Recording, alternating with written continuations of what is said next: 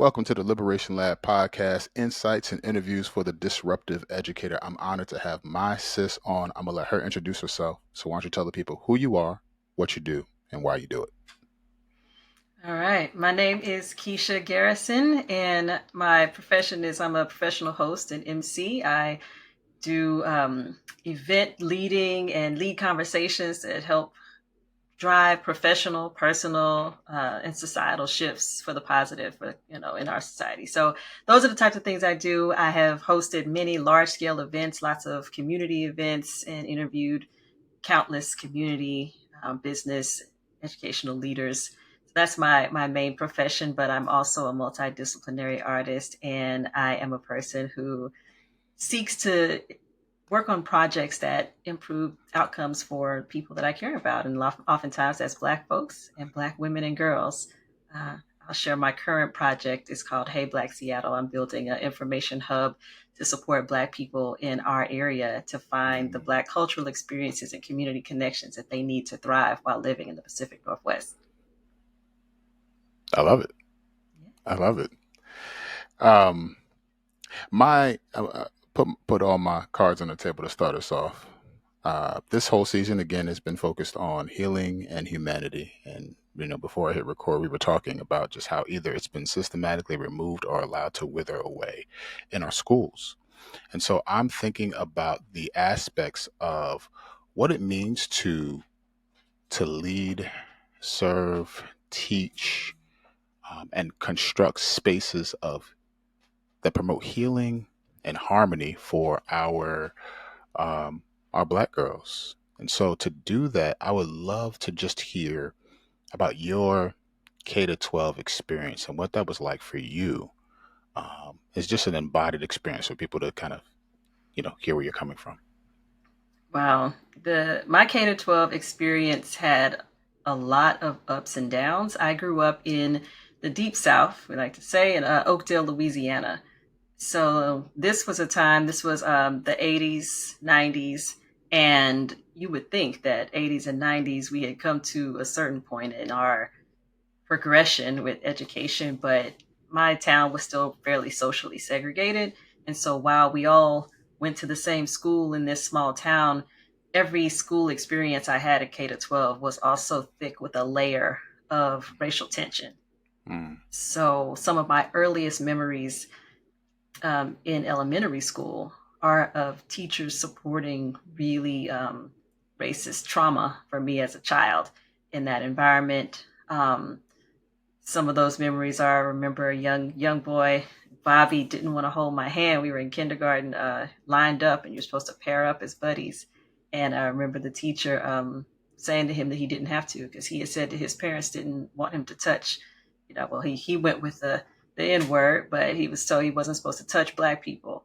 And in that hurtful moment for me as a child, I was not backed up. He was supported in his um, request to not have to touch a Black person.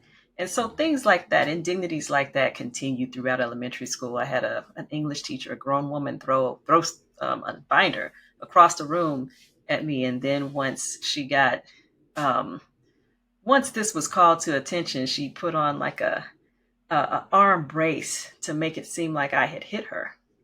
This was elementary school still. Like she cried and pretended that she was assaulted by me, and that this whole incident stemmed from something I had done.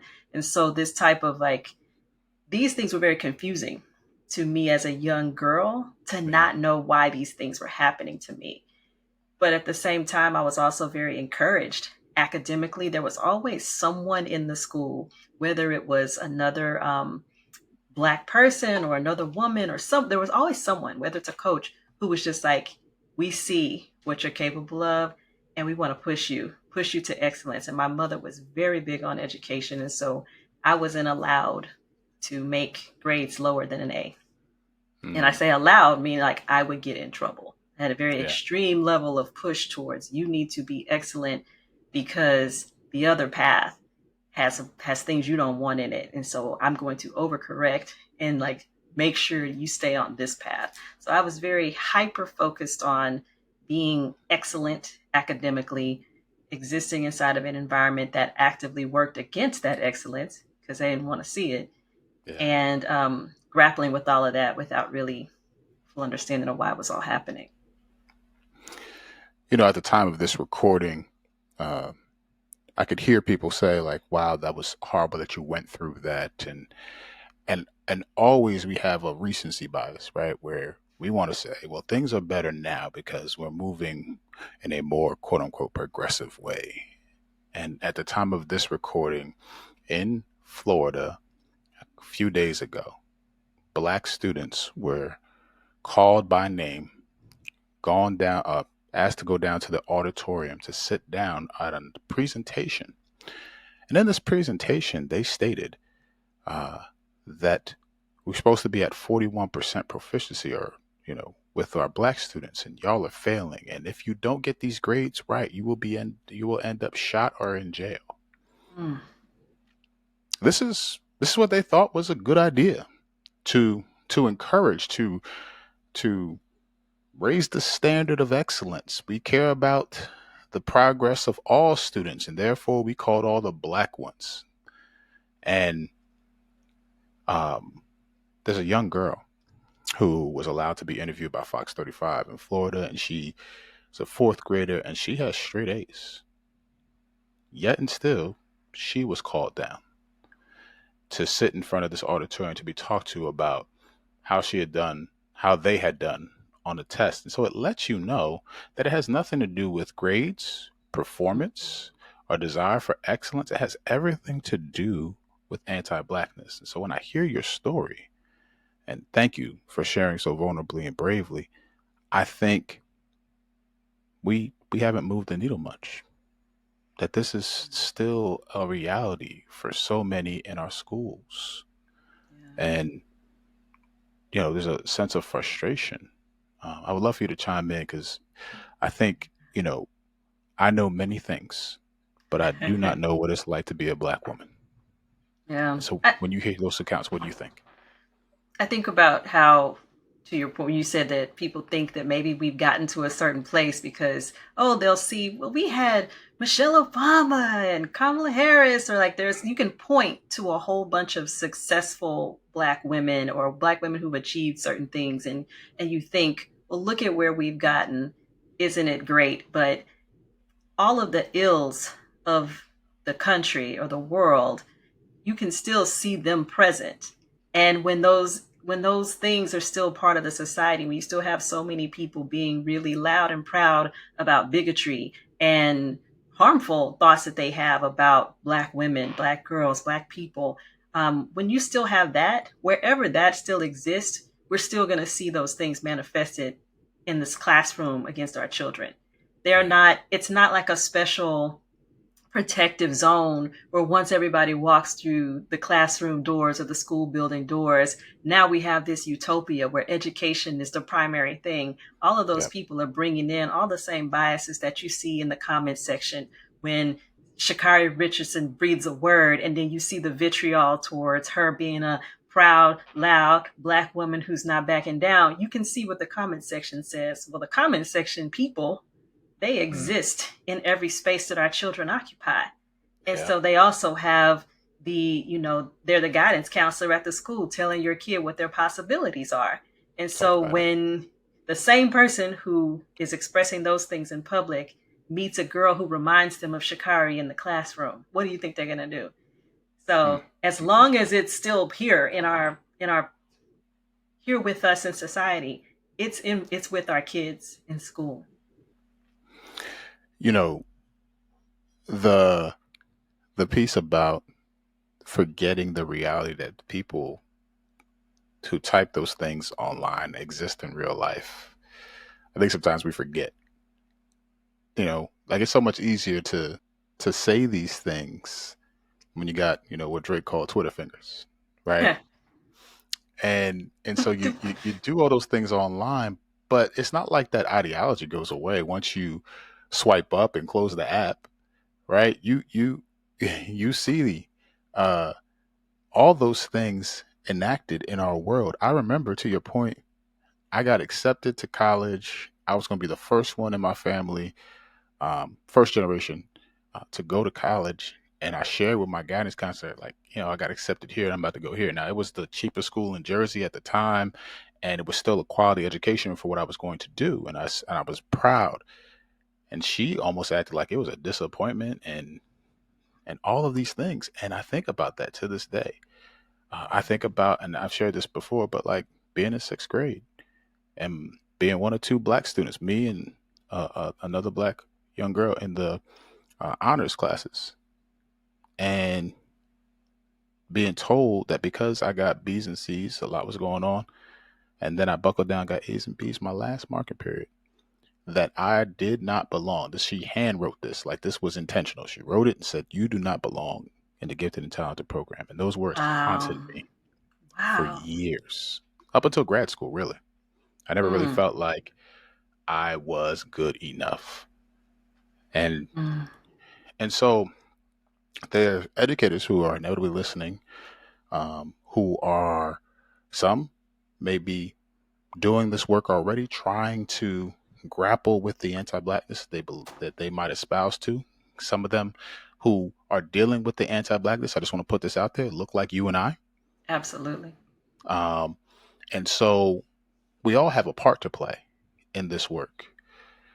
If you had to blank canvas, paint anew what a healing space, a welcoming space, a space of belonging could look like for black girls in schools, what are some of the things that you would want included in this canvas that you're constructing? If I had the blank space, it would look so different Yeah. from what we're experiencing, even just from the structure of the days.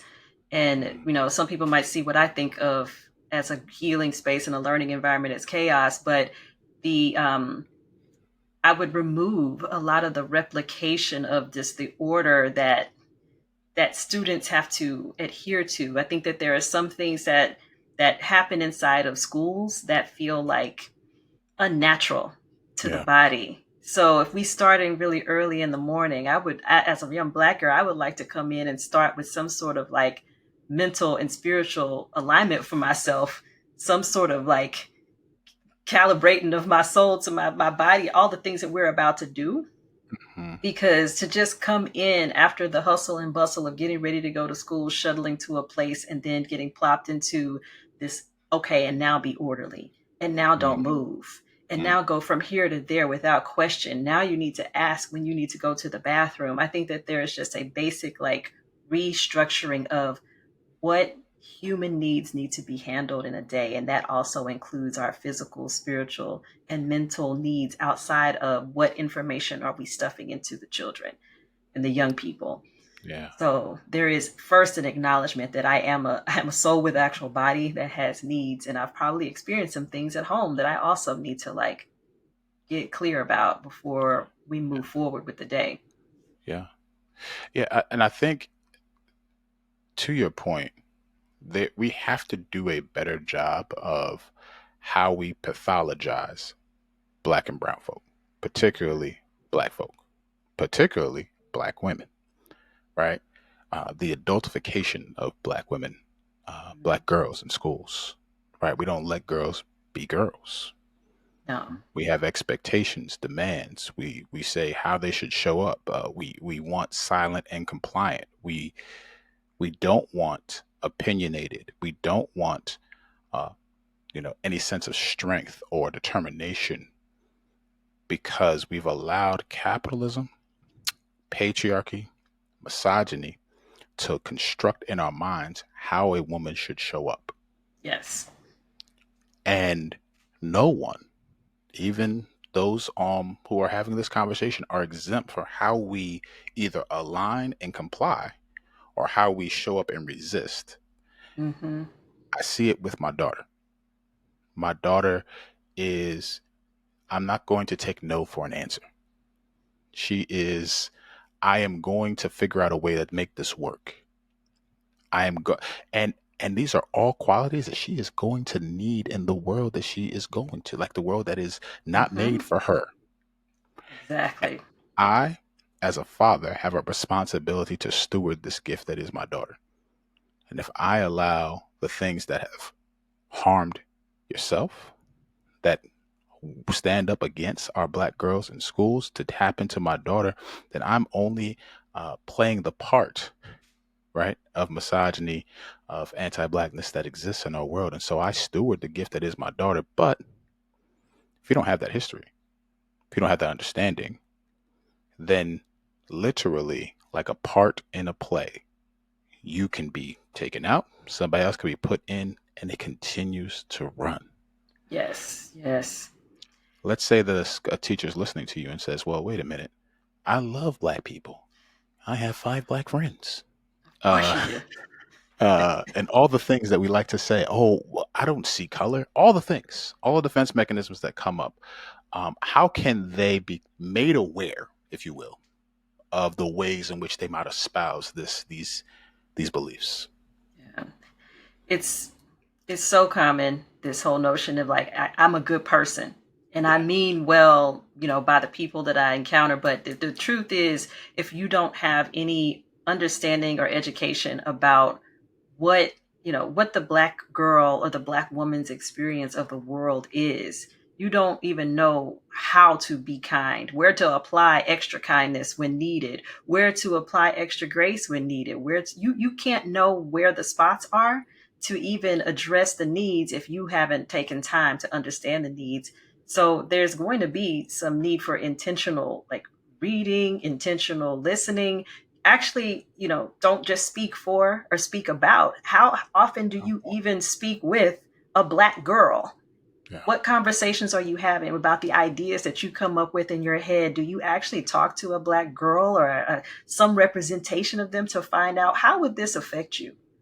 How would this actually show up in your day if we did this, or if I did this, or I made this policy decision, or this? Like, do you actually speak with the people that you seek to help to even understand today's impact? Because you could watch a whole bunch of documentaries too, but they are going to tell you about what is happening for the young people with social media and the things that they're Hmm. facing today. So Yeah. I would say be open to actually hearing the voices and listening to the people that you think you're helping, Yeah. because your areas that you have ignorance around could end up leading you to cause harm with the help that you're trying to insert in. So agree. It resonates so deeply because of the ways in which, you know, um, one of my core convictions as a educator, as a person, is that of restorative practices. And when I think about the social discipline window, right, you can exist doing things to students. You can exist doing things for students, right? You can exist doing things. I'm going to use the word against because I forget the wording, against students, or without them, right? Neglecting them, or you can do them with them, right? Mm-hmm.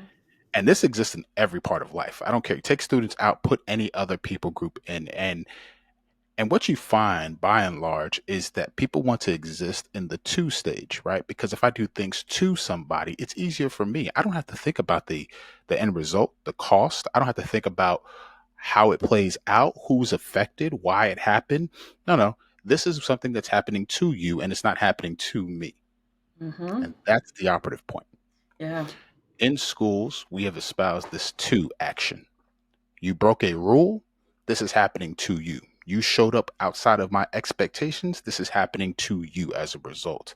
And then we wonder why there's no buy in. There's no culture that we've espoused. There's no climate that we want because we've done things to people, but we expect them to still show up for us. Very interesting dynamic. I, Sounds a lot like the world we live in. it Please jump in. does.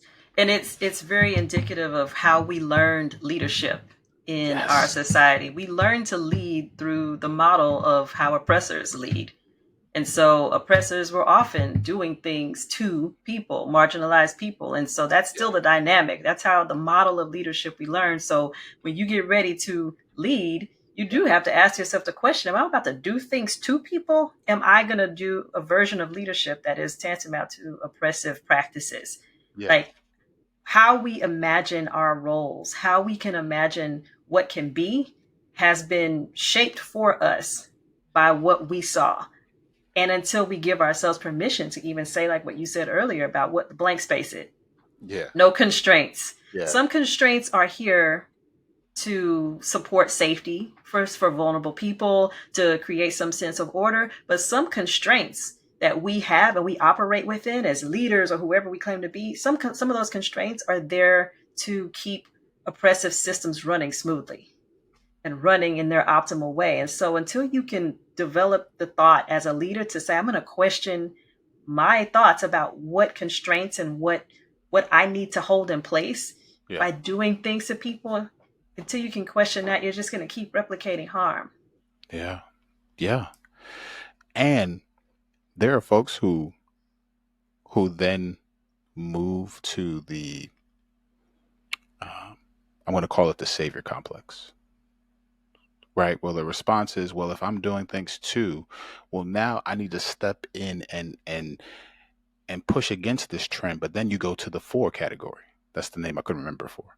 You go to the Mm, four category, and now I'm not doing it with you anymore. You're not an agent. You have no agency with me. No, I'm going to do it for you. Hush. I know what's ailing you.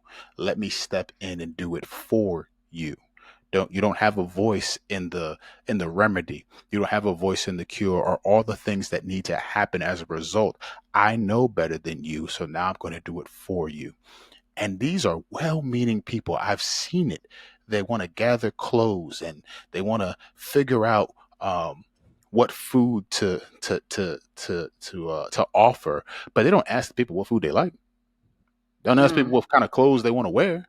No, no, no. I'm just going to gather it, and you should just be happy that yeah. I've stepped in and done this for you. And so Mm-hmm. when you step into that lane and do things for, what kind of harm, what what kind of things might that person not realize that they're doing towards, and I'm going to specifically Yeah. center black girls. What are they doing in that instance? Whew. The people who's, because like there's so many areas of help Yeah, that are that are trying to be given, but and I'm searching for one right now, but there's so many times where we can reinforce behaviors. Because let me just go where my brain went when you were saying all of that. please. Where my brain went was the ways that we train black girls to be recipients of that kind of so-called help. Mm-hmm. The whole, if you think about even the dynamics of between men and women and how we often teach girls, especially people in certain religious contexts, teaching black girls about being uh subservience, not the word, I'm losing the word right now, but just, Submissive. yes, submissive, to be like submissive, to be a second, to be a helper, to be a person who's the lieutenant but not the captain, or like you're supposed to be second. Your needs don't typically come first. And so we kind of train them to be like, look, one of the ways that you are good, one of the ways that you are a good black girl, you become a good black woman, Mm-hmm. is by being not the present voice in your life, not the biggest voice in your life. Yeah. You're here to support another big voice in your life. And Mm-hmm. so when someone else comes around saying, I got the help for you, I got the answer for you, we've already primed our girls to be thinking that they should be expecting someone else to have the answer for them.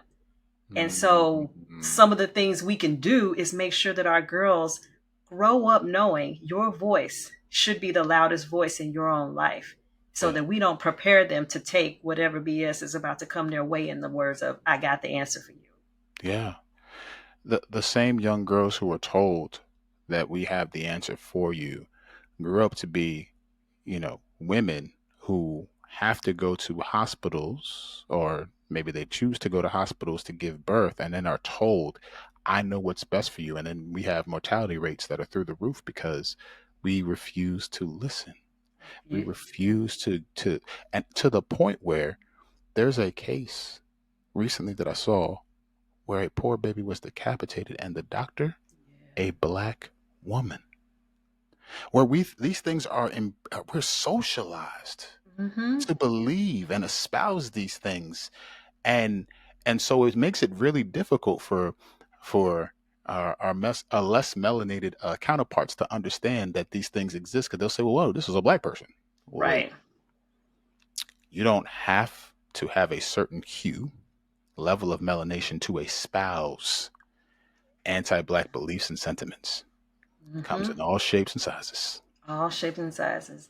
And I think about we give our young women mixed messages, which Mm, I imagine must be so confusing because we do tell them all the time, to you got to stand for yourself. You got to do these things, but that's not what life is backing them up. Like the experience, the mhm, day-to-day experience of being a black girl and based on what you get reprimanded for, what you get rewarded for, is mm, showing black girls that we expect them to not speak for themselves. yeah. And when we speak for ourselves, it gets coded in certain ways as the overly aggressive, the whatnot, and there's Mhm. just all the ways that we're villainized for having a voice. And so you can say the Yeah. one thing, check to see, am I even saying things that line up with how I'm treating black women and girls? Yeah. There's always a gap between perceived belief and perceived behavior. And I wonder if we're doing enough work. Well, let me answer that. We're not doing enough work to close the gap between what we say we believe and what our behaviors are communicating. um, When when we're silent about the misogyny we see in our young boys, particularly to women, young black girls, and we're silent about that, we don't check it, we don't use it as a teachable moment to instruct, we're complicit. When we allow a black girl to be overtalked in the middle of a class discussion, we're complicit. When we see them pushed aside, not picked, and we don't do anything about it, we're complicit. When we see rules that unfairly target them and we do mm, nothing to change them or to avoid even like putting it to the side so that they're not affected by it, when we don't stand in the gap for them, we're complicit. And so I want to go back to that canvas because you said something very key. You said it may feel like chaos. And I think that teachers who, especially teacher prep programs, right, you come out feeling like if you don't have control, mm, then you aren't teaching, you aren't doing this thing right. It is all about high control metrics. And so chaos would feel inappropriate for a teacher. Um, Going back to that canvas, you know, after we've centered ourselves, we've grounded ourselves, and we've created space for the soul that it's in, this embodied soul that comes into our schools. What else can we do to continue to help them flourish? mm. I think that there needs to be space for the kids to, or call them the kids, the young people. Try Hmm. some space for the young people to speak, to express. Yeah. It can't be receiving all day and then proving that I received what you said, proving that let me receive, let me prove. I think where is the space for expression Mm, and actually getting, that's when you also can have this opportunity to learn the people that you're trying to help when you give yeah. them the opportunity to share their voices. And for the young black women and black girls and black youth in this, taking extra care to know that they've been socialized to not believe that their voice matters. Yeah. And that's probably true for most marginalized, children with marginalized identities. But for our black children and our black girls, really taking care to know that, like, okay, it might take a little while for trust to be developed, for me to actually hear what's really going on.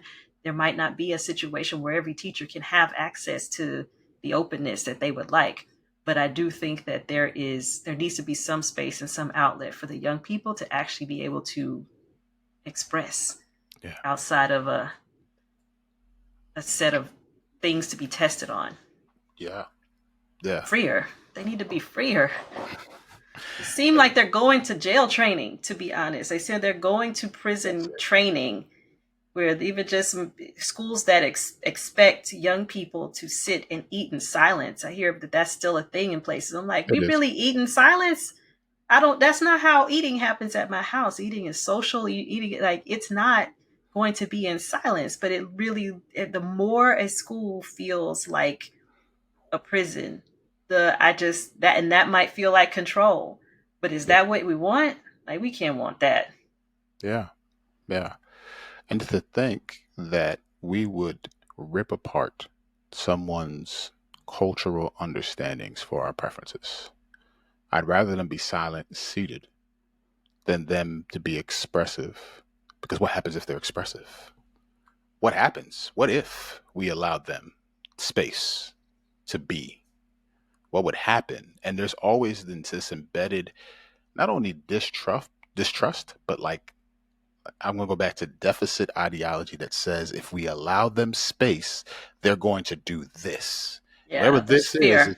yes, it is this fear that is underlying the foundation from which we must control the black body. I think Yeah. about when I came into teaching, I was handed a book called Teach Like a Champion. And in that book, it told you, they gave you a lot of practices to use in your classroom and things like be seen looking, where you had to position yourself so the students saw that you were looking at what they were doing, right? If as they were coming into your door, so you could greet and look. And I think about that being wielded as a weapon to say, in the same way that someone with a badge will, show me your hands. Show me your hands. Show me, like, put your hands where I can see them. Are they on Mm. the pencil? Are they on the gun? Mm. Right? All of these things happen because of an embedded fear. And if I don't control that thing, then my fear goes unchecked and it's going to be me or you. And that's why these things are done to and not with. Yeah. I think that's such a big, big question for people who are creating space. Like, is what I'm ideating based in fear, or is it based in love Hmm. and a true desire to nurture this human being towards their best expression of themselves or their best outcome for their life? You can look at your decision making and really say to yourself, you know when you're making a decision out of fear for your job or for some performance metrics or for whatever the case may be. Is it out of fear? Do you feel obligated to something that is not these young people who are in your care? Are you like, what is the thing that is not based in actual love for the human beings and the development of who they're going to become? Yeah. That's, it's like, you can sit with your own self and ask those questions, come Yes. up with your ideas based out of love. And like I said, it might end up looking like chaos. It's just like, this is not what the school system is. And it's like, just let yourself dream first. Mm, You can refine and cull later. But if you never get to the point where you allow yourself to even imagine what would an actual nutritious educational experience feel like, because you're mm, so bound to the fear and the obligations to what exists already or what you're being measured by, it's not going to work. Let your dreams be free. mm, mm. I I want I hope that somebody who's listening will just pause right there and just sit with that. Um, I wanna do two things as we round out our time. This episode is appropriately called "Dear Black Girl," and I hope that an educator would play this for the black girls in their room. Uh, that that our black staff at all levels would play this for their sons and for their daughters to hear. But if we're writing a letter to to the black girls in our schools, what are some things that you would want them to know? Dear black girl, what would you say after that? Dear Black girl, your desire for safety, for love, for whatever dream you're carrying in your heart, it's valid. Hmm. It's valid and it matters and it's important. You're going to face a lot that comes from outside in the world, perhaps in your family, in your community. That's going to give you an idea that your safety, your desires, your interests don't matter. but they do. Mm. They do. And I also, dear Black girl, want to say to you, for every time that you have to overdo something because you're overcompensating for unfairness in the world, I wish you didn't have to do that. And I'm sorry that that's your reality. I'm sorry that that's our reality. And I wish I could hug you right now, Black girl. I deeply appreciate those words, and hope that even the Black girl within the Black women listening can hear that and know that they are valued, that somewhere in these yet to be United States, that there are people that value them, love them, and appreciate them. Dear Black girl, you are enough. Dear Black girl, you will change the world. How can folks connect with you, Kiesha?